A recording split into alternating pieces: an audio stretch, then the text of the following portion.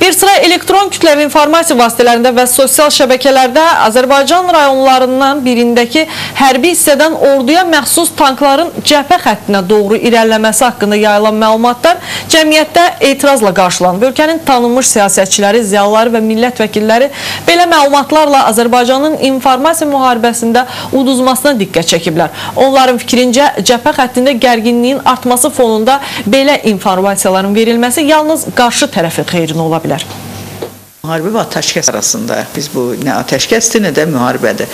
Belə bir vaxtda bizim vətəndaşların istər sosial şəbəkələrdə, istər ayrı-ayrı mətbuat orqanlarında bizim hərbi hissələr haqqında görüntülərin verilməsi, hərbi texnika ilə bağlı görüntülərin verilməsi hesab edirəm bu bizim ancaq düşmənə fayda verə bilər. Ona görə buna ciddi həm nəzarət olunmalıdır dövlət tərəfindən, həm də siz çox təşəkkür edirəm ki, sizi kimi belə mətbuat orqanları bu məsələləri gündəmdə çox ciddi saxlamalıdır, ictimaiyyət tərəfindən qınaq olunmalıdır və başa düşməyən insanlara da biz bunu başa salmalıyıq. Çox məsuliyyətsiz bəyanatlar verilir və mən başa düşmürəm qəzetlər niyə belə şeylər çap edirlər. Birisi yazır ki, biz partizan müharibəsi aparmalıyıq. O birisi yazır ki, bir başqası yazır ki, biz diversion, nə bilim, dağıdıcı deməli savaşlar aparmalıyıq. Bir başqası yazır ki, mobil qruplar yaradıb filan.